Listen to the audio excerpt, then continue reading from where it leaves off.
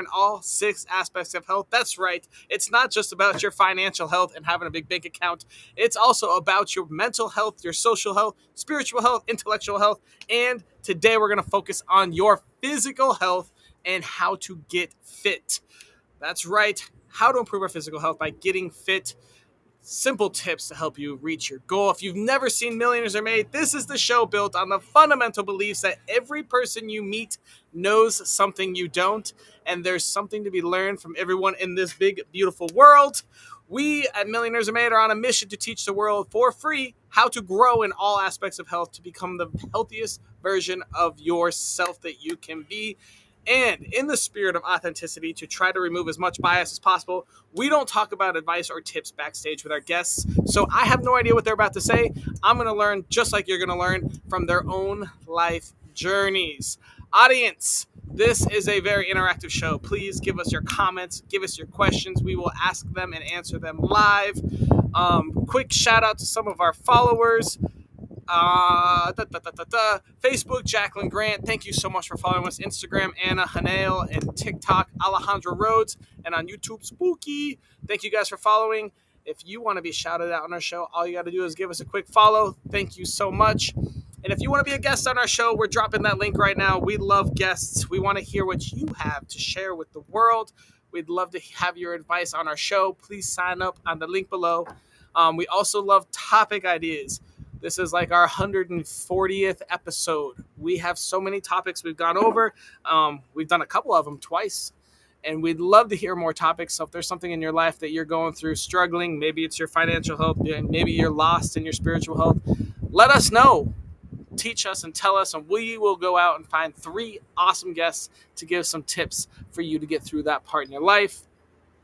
One last thing I love to do to give back even more is I do free growth consultations. So if you guys ever want to talk to me one-on-one, the link's being dropped. Come say hi. All I do is spend my entire life learning from experts, and I would love to see if I can help you out as well. And huge announcement. We finally have merchandise available. If you are looking for a Millionaires Are Made shirt, it is available. That link's being dropped right now. We've been asked about it for so long. It's been a year and a half, and we finally figured out how to put words on a shirt and make it available to you. So that link's for you. And this episode is brought to you by, first off, we have Samir Dasani, certified health and nutrition coach who does some crazy stuff, teaching people with chronic and autoimmune diseases how to reverse them. You thought you had that disease for the rest of your life, and he's been able to not do that. It's wild. He had years of declining health, went and got his degree, and studied healing power of traditional practices. He's now getting a PhD in anthropology. Super smart guy, has taught me so much about physical health. Next up, we have Jesse Lewis, who is a crazy, hilarious hypnotist, does shows all around the world, and also very smart financially. If you ever want to listen to his podcast, go check him out. He's a great guy to have in your circle. Next, we have Sarah Jones, one of the smartest financial, foundation layers out there. She's a financial coach, went through a tough time. Her marriage was failing, debt was settling in, and she eventually just buckled down, learned how money works, and is now teaching everyone while she travels the U.S. with her husband in an RV. Super fun. Check her out. Sarah's awesome. And our last amazing smart sponsor is Craig Sadkowski. He's a human behaviorist and mentor who teaches entrepreneurs how to discover their identity, purpose, and then achieve growth bigger than they ever have before. Woo! Thank you, sponsors, so much for allowing us to keep going on the show. And next up, we will be bringing our first guest. Her name is Grace. Grace, tell me who you are. Howdy, I am Grace Anderson. I'm a wife, I'm a mom, and my husband and I own 2 businesses. So I wouldn't say necessarily the fitness industry is what I do, but I know how to stay fit and incorporate it with a very busy lifestyle. Ooh, I like that. That's what we need to know. Grace, tell me this. If I wanted to improve my physical health by getting a little more fit, what tiny piece of advice would you give me? I would say find something that works for you and stay consistent with it. What I really mean by that is, like, for somebody who has no time throughout the day, find something that works in the morning and the evening that works for your schedule. And being fit is pretty simple. You don't have to do some crazy diet where, no carbs, no gluten, only protein. Like, there's so many different diets out there. It's really what makes you feel the healthiest and the most energetic, as well as just physically what's making you more energized. And I could go into a little bit more depth of that if you would like. Maybe in the round robin. But first, let's find Yes. out, where on your life journey did you learn that advice? Yeah, so it's always been evolving, to be honest with you. Being fit, I was an athlete in high school, I was an athlete in college, and I even tried to take it to the professional level. But during that, I always had my boyfriend, my fiance, and now my husband was there to kind of guide me throughout that.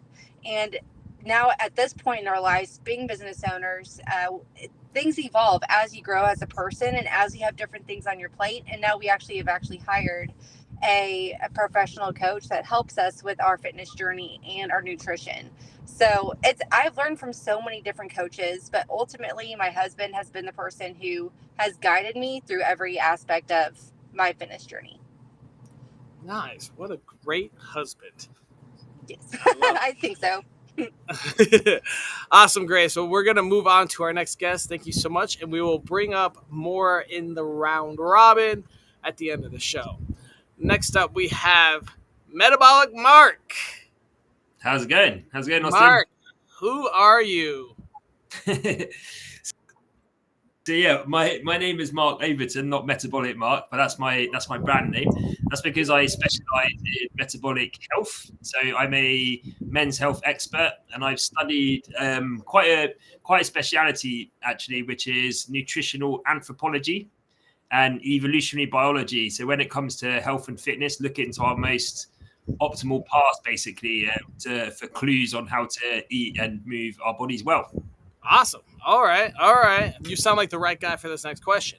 If I wanted to improve my physical health and get a little more fit, what piece of advice would you give me?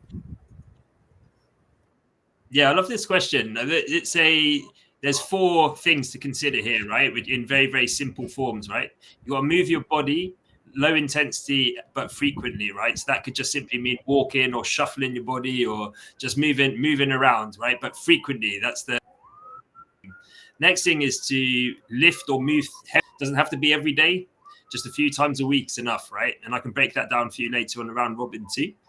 Occasionally, some kind of high intensity effort like a sprint, or if you're looking for something low impact, that could be done in a swimming pool or a rowing machine, but some kind of high exertion effort for about 10 seconds, a handful of times, once a week or every 10 days or so.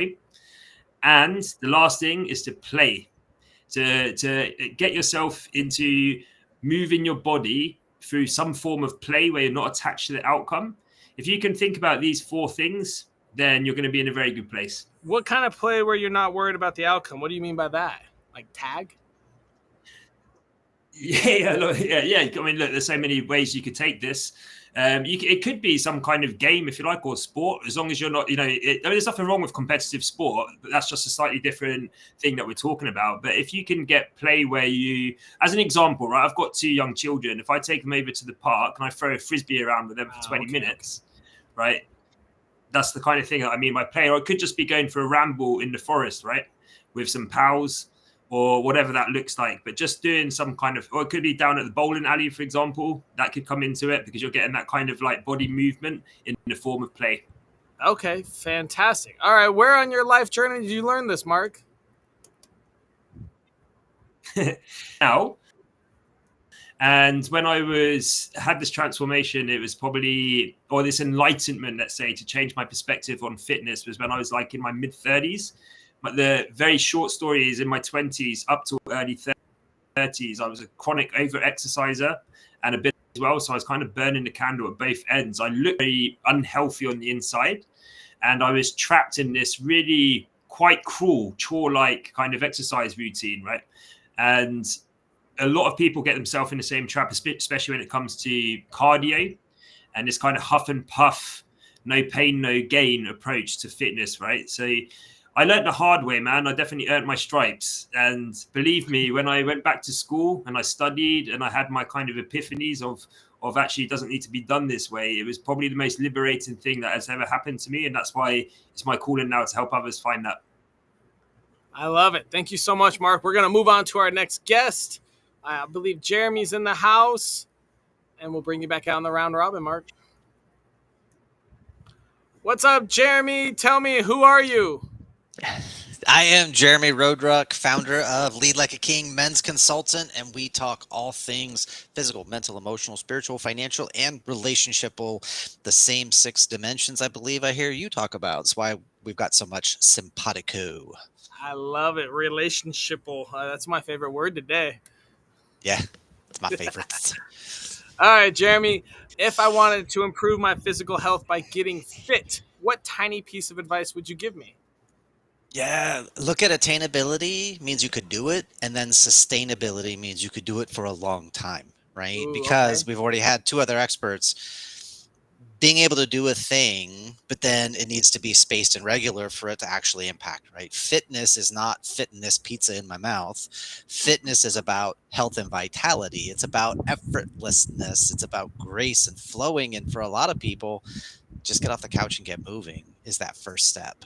And so, according to science, the best thing you can do for your health is literally get up and walk 30 minutes a day at a brisk pace for 5 to 6 days a week. You reduce your risk of death from every single cause by 50%. It is the single biggest thing you can do for your health if you go from sedentary to just moving your body. That's where that like 10,000 steps a day came from and all that. But such a simple thing, get up and move. Now, I'm training for the Dopey Marathon, which is a 5K, a 10K, a half, and a full in 4 days because I'm insane. But I've been doing this in health and fitness for a very long time. Wait, so you run a 5K one day, next day is a 10K, next day is a half, Yep. and then a full? Yeah, it's a Disney Marathon Challenge. So it'll be January 8th to 11th of next year. It's 45 weeks. I have a training plan. I have a step. I have a thing. But yeah, we're going to run a 5K, a 10K, which I can already do. Then we're going to run a half, which is 13.1. And then we're going to run a full, which is 26.2. Yay. And you don't get to start with the full and get it out of the way and then run the next ones? Now we're building up, baby. Pop, pop, pop, pop. Yeah, Pop, we get like pop, a ton pop, of medals for it, though. So All right, I'm where just on doing your it for the life journey? hardware. Oh, yeah, that's why they do it. Where on your life journey did you learn this advice, these tips? I have been active. I was pathetically weak when I was a young man, and I started martial arts at 20. The week before I went in, I did 1 push-up. And I was like, for the thing, I got to get in shape before I go. And I did the thing, and I went all the way down, and I went all the way back up. And then I was like, that wasn't bad. I'll do another one. And I bent my arms, and my arms collapsed. And I laid on the floor for 5 minutes, and I could not move my arms. I actually had to roll onto my back and then sit up because I was so out of shape and so pathetically weak. I had hit literal muscle failure, and it took 15 minutes for my arms to work again. Today, I can do more than 1 push-up. Yes. So He made it's it been to 30 2. years. He made it to 2. Yeah, that's right. Two, baby.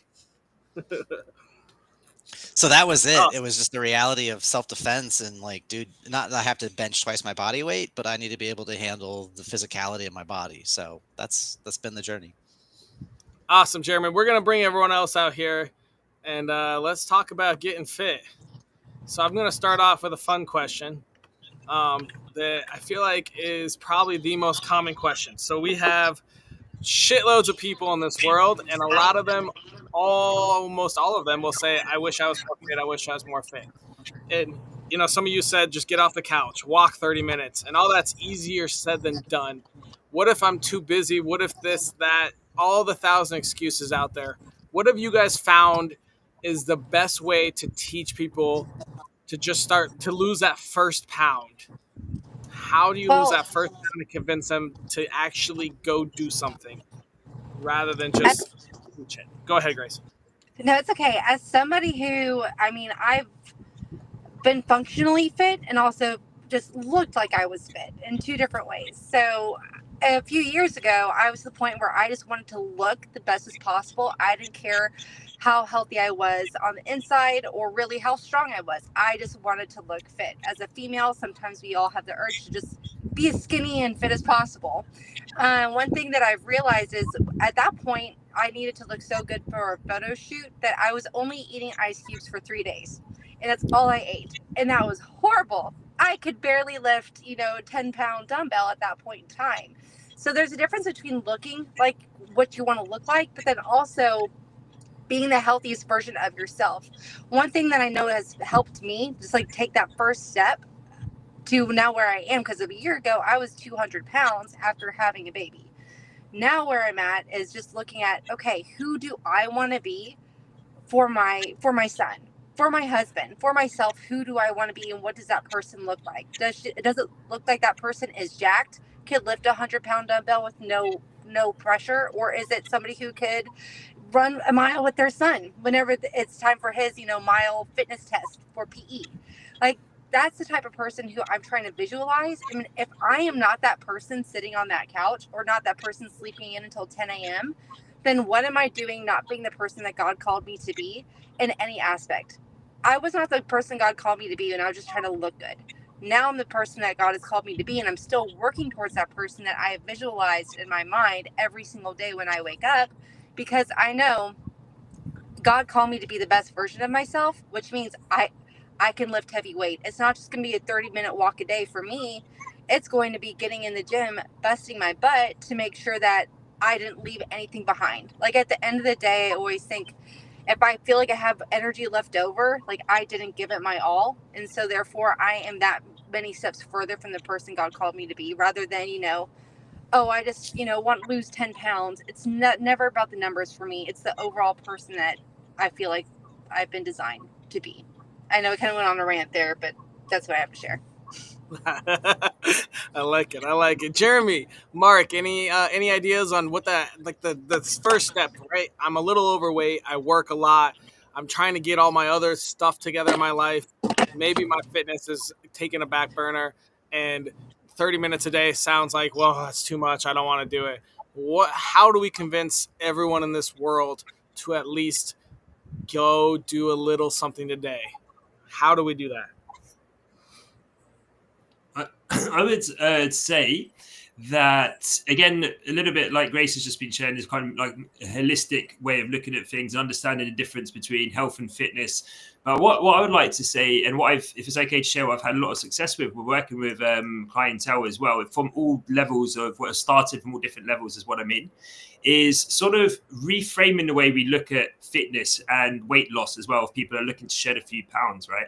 And remembering that, our bodies don't know whether we're wearing exercise gear or not, right? And trying to look at everywhere around us, every moment of the day, there's opportunities to move the body.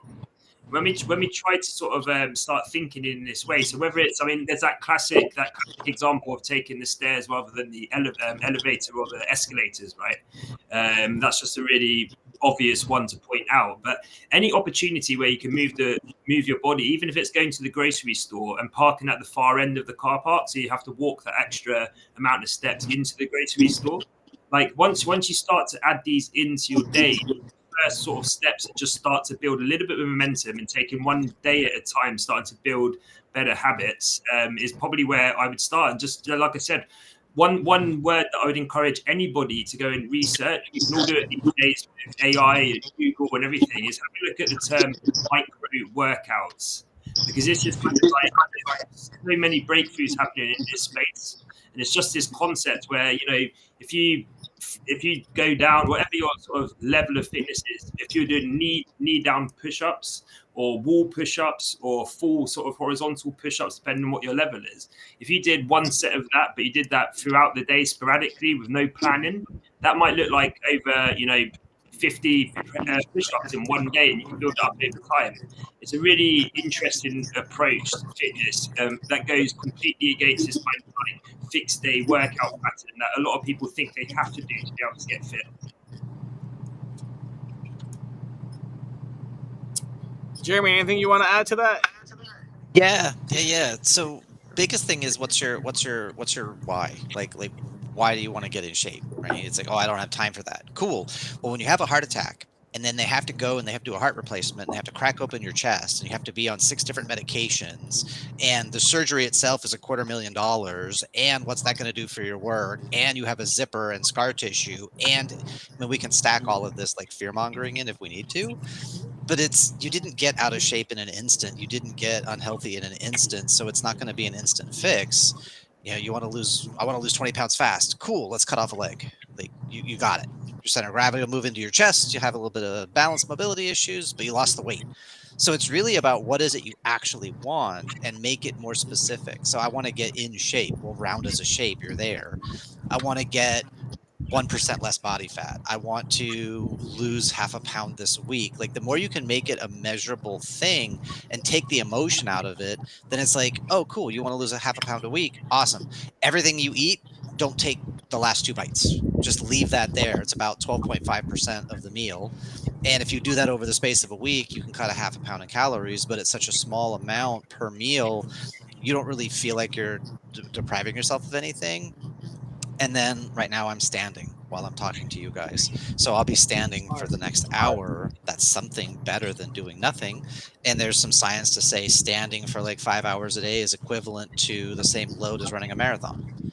So you're too busy. Well, maybe, but maybe you're just not being more specific on ways to get in those micro workouts, get in those moments of add a little bit of load, get out of your comfort zone for just a moment. And as you do that habitually, the momentum begins to shift, and you're no longer gaining unhealth, you're starting to gain health. Can I add to that?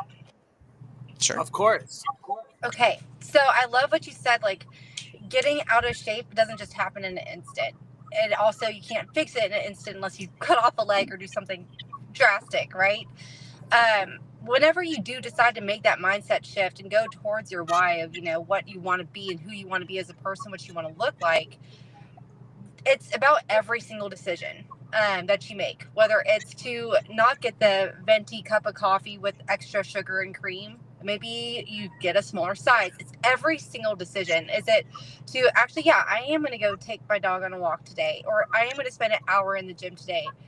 Every single decision either brings you further away from your goal or towards your goal. So don't think just like going out there and walking for 30 minutes a day is going to fix everything if you're going to go home and eat half a pizza.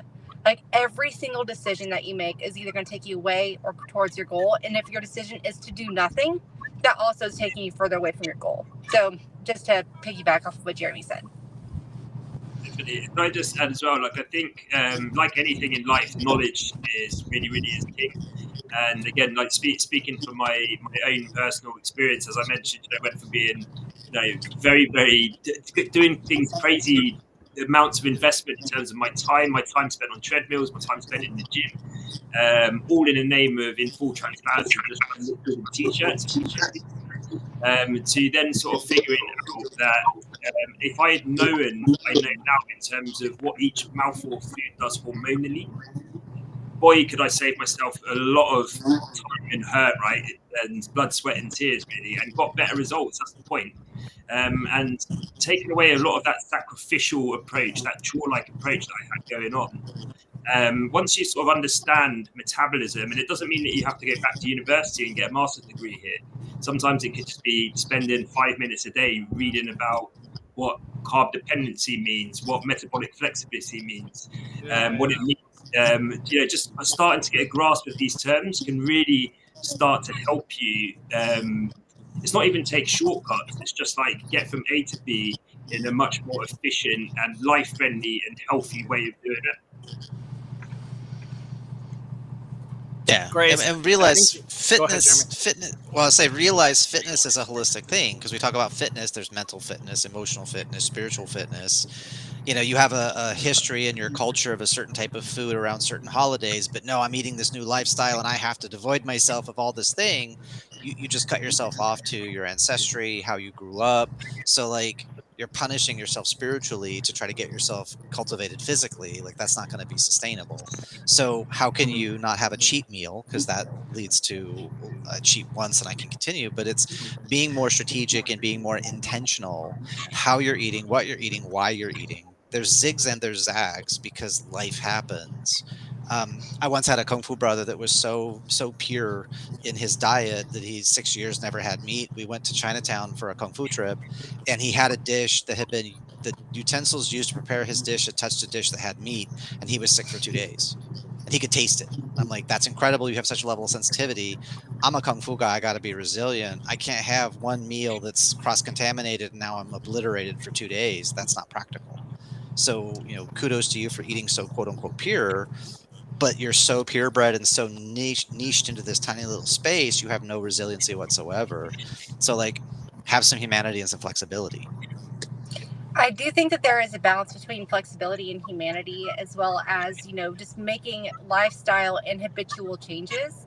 I also would say, just like what my husband and I do, just as a family, we eat very clean throughout the week. And then on Friday night, we have our cheat meal. There is that level of balance, but you better believe earlier in the day, we gave it our 100% all in the gym, just like we do every day.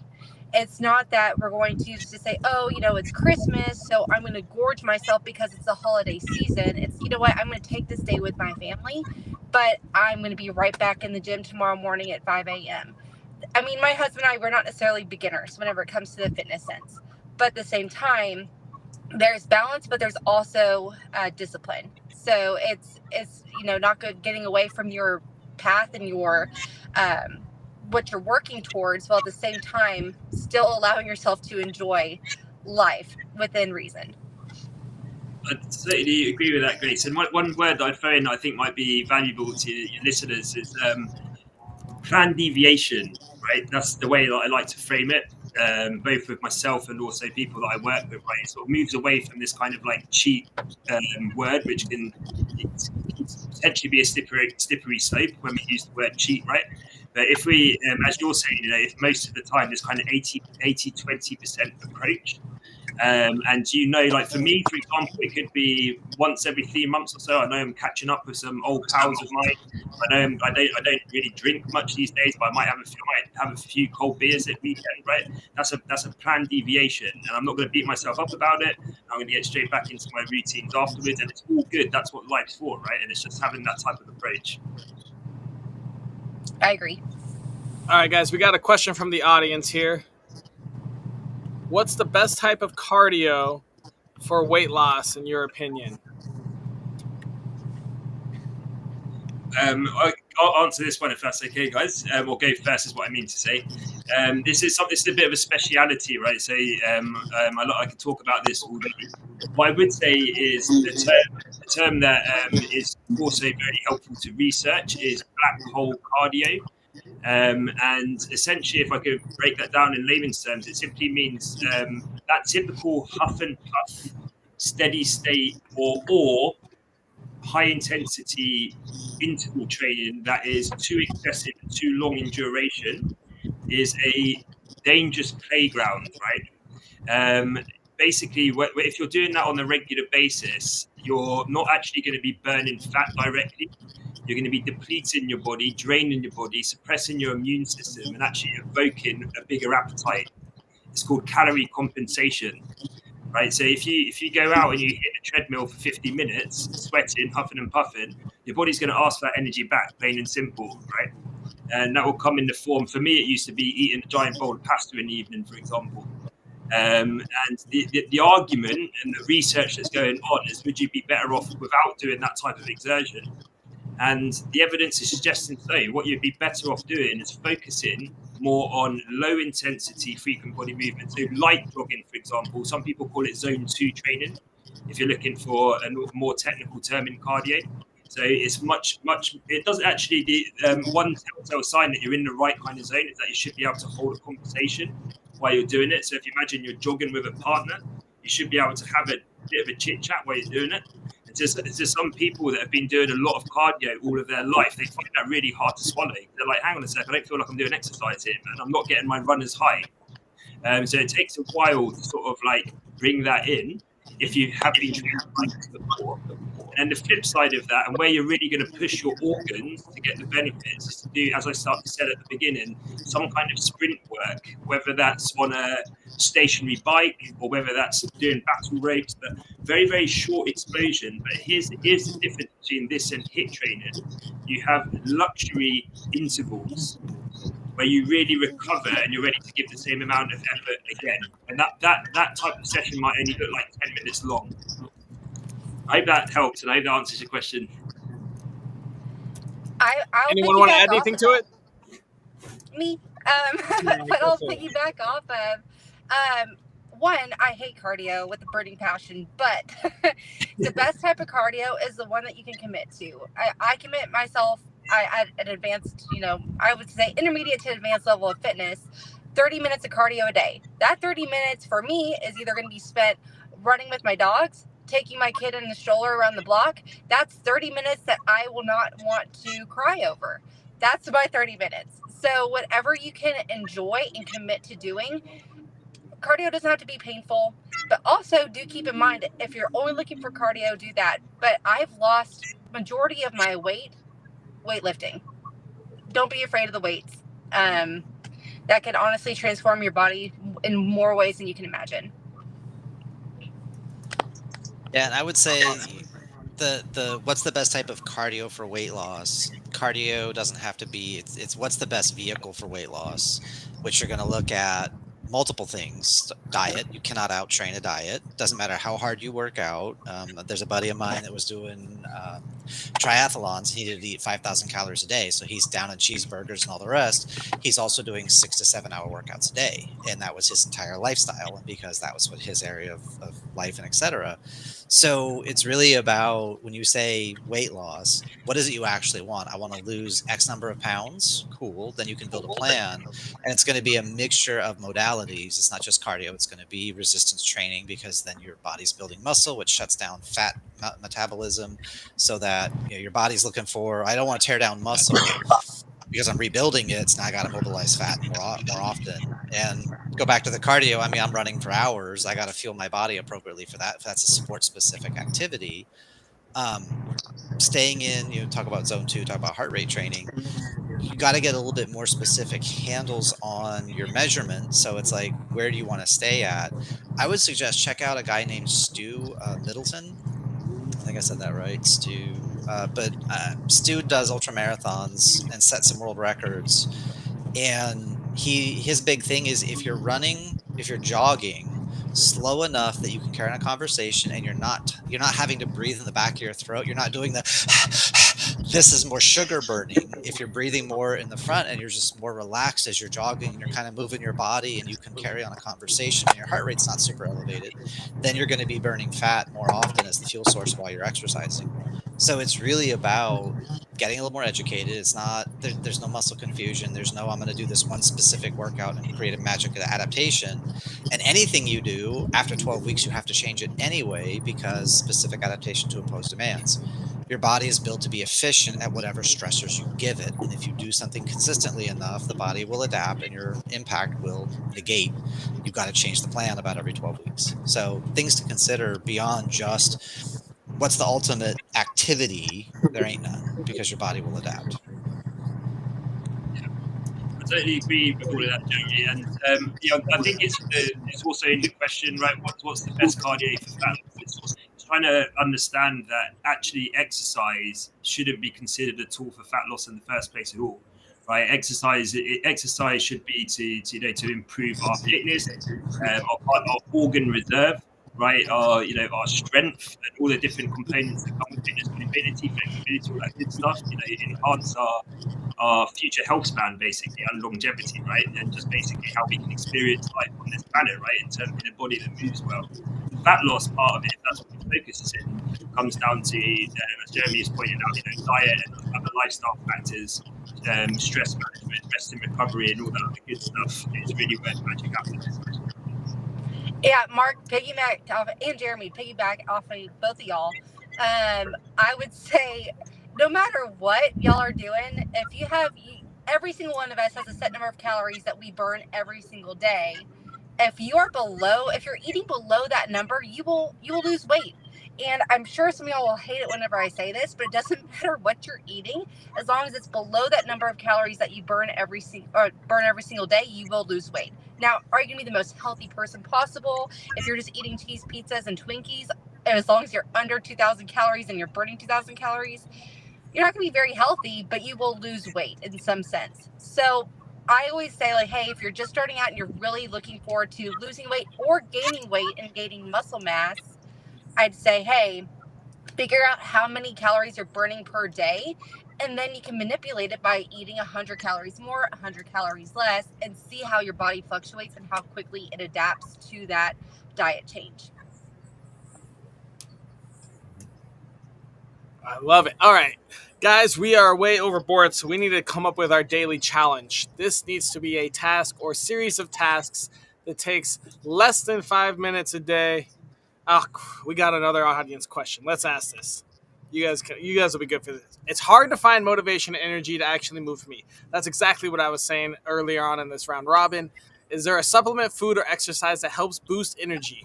So we're talking about essentially, you know, how do we get that first motivation to get up and start working? Maybe not a supplement, but a food or exercise. What do you guys recommend? Jeremy, you look like you're about to say something. Yeah, the first thing I would say is get your hormones checked, because if it's a consistent motivational issue, your thyroid may be off, your testosterone or estrogen may be off. So it's good to get a baseline on your hormonal panel, just so you have a baseline of what's going on. Then the second thing is find people that are your age that are dying of heart attacks and dying of all kinds of horrible things, and look at how horrible they are, and look at that and go, if I don't change, this is going to be me. And then My God, get up and stand there. I mean, That's context, dark. right? Just it is dark, but I mean, if you don't change, you're going to die from something that's preventable. Is that worth it to you? So that's one Also, example, not the only. yes, there's a flip side of that, and seeing people who are your age and how amazing they're looking and how they are physically active, say, I want to be like them. Let's move towards the positive instead of running away from the negative. Because one thing that I have found is like, oh, I don't want to be overweight, a fat mom, all these things I don't want to be. But whenever I was focusing on things I don't want to be, I had much less results than focusing on who I actually want to be. Okay. But I get your point that you're saying there. You're not wrong, but it just kind of funny in a dark humor Pattern sense interrupt. of- It's just oh damn. Can I just add to the person that's asking this question? I'd also research metabolic reset or metabolic reboot. It's both the same thing; they're just termed slightly differently. A lot of people, again, I'll try and keep it layman's terms and very, very short. A lot of people don't realise, and it's not through their own fault. It's just it is what it is, that they're metabolically carbohydrate dependent, and I don't mean psychologically carbohydrate dependent. I just mean their body is dependent on glucose, and they're kind of locked in fat storage mode. Right? If you find out how to do a metabolic reset or get guidance on that, that can liberate you from that. And a lot of those kind of symptoms of fatigue, low energy, brain fog, cravings for refined foods, monstrous appetite, along with these kind of offenders of insidious weight gain or fat control kind of naturally diminish, and everything becomes easier. So that's what I'd recommend. Yeah, you can also get yourself around people that are moving the direction you want to move and join them in what they're doing. So you have the social component of I have a friend who's going to help me to do the thing. That commitment sometimes that promise can get you up and moving too. Eat So lots yeah, of protein. Real quick. So sorry, I know we're running out of time. Eat lots of protein, and then also just remember, like, even if you don't feel the motivation to get out there and move, do it anyway. Despite your feelings, despite your emotions, get out there and just move. I promise you'll feel better. Those endorphins will kick in, and you will feel better just because you moved. It's about discipline, not motivation. Yeah, one thing I would say is definitely accountability is huge. There's a lot of reasons why there's fitness and nutrition coaches. So you may, if you don't have that motivation to go work out, first I would try to get a group of friends, 3 or 4 friends that like talk every day and motivate you to work out. But if not, you can always hire a coach. Half the reason coaches exist is more just accountability. They're the ones that'll text you every day and be like, "Did you do this? Did you do that?" And so those are good ways to help you out too. Uh, Grace, you are still upside down. I love it. All right, guys, we got to move on. We have to do our daily challenge. It needs to be a task or series of tasks that takes less than 5 minutes a day, costs $0, and is available to anyone in the world that helps you improve your physical health by getting fit. What ideas do you guys have?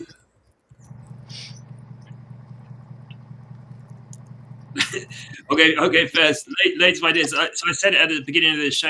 It's just focused on looking for opportunities to move your body anywhere. So I'll give you one. If you're watching Netflix in the evening, try to get off the sofa and maybe spend a little bit of time on the floor. As crazy as that sounds, Ooh, there's a lot of evidence to talk about ancestral resting positions and the benefits of it. So have a look into it. But rolling around on the floor, moving the body a little bit while you're watching a movie can actually make a big difference over a week.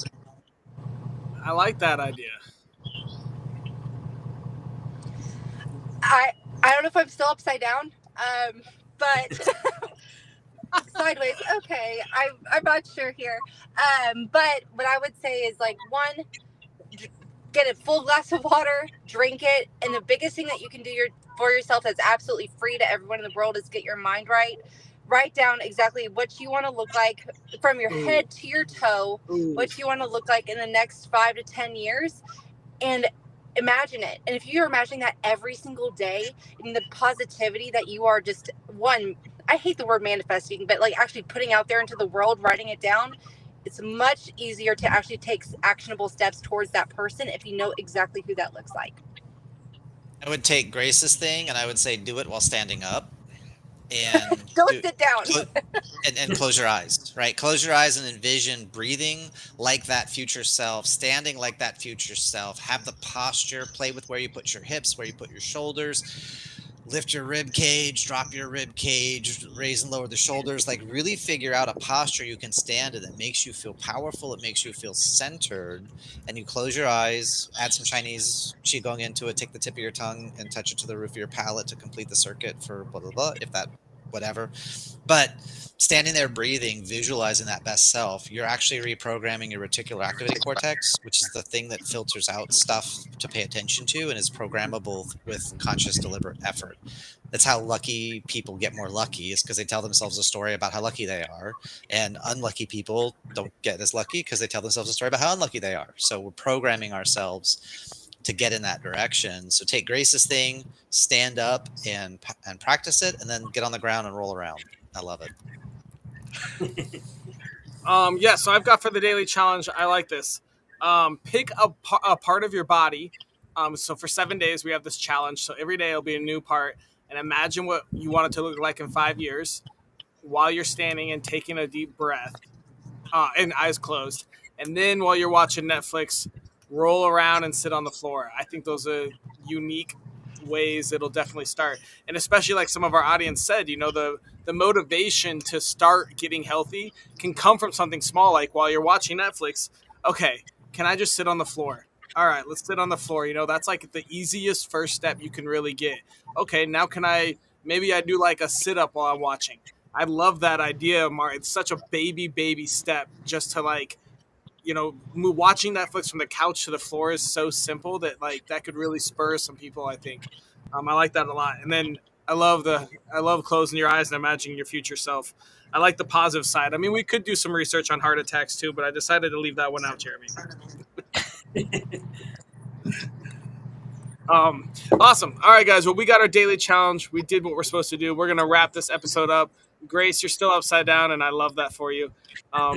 Thank you guys so much for coming out. We're gonna wrap the show up now. Thank you guys,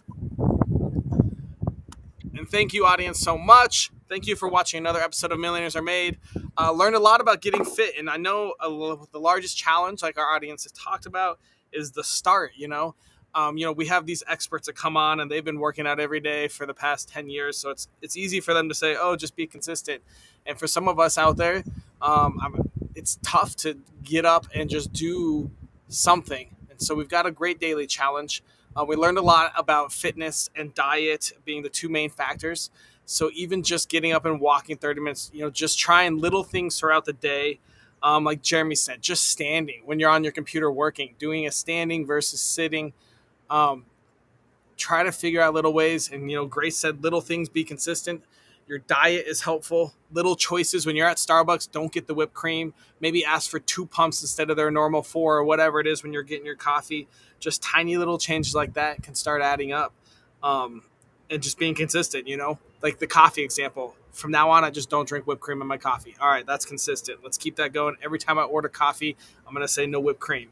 And maybe I have a cheat one once a month, but staying consistent and getting rid of that. And then moving on to the next thing. Every time I watch Netflix, I'm going to watch it on the floor now. First off, it'll be a little less comfortable. So I might watch less Netflix and do other tasks. But second off, like Mark was talking about, there's a lot to it about how it helps your health. So lots of little tiny tips in there, which is huge. And if you have questions or if you need accountability or something like that, there's tons of groups on Facebook. Go follow our guests. They'll share tips and advice all day long. Sugar-free sweetener in your coffee, Jeremy. The only problem with that is that sugar-free stuff is also sometimes not very good for you, depending on what they use. But yeah, so diet, fitness, getting fit, just start little by little. And we got an awesome daily challenge.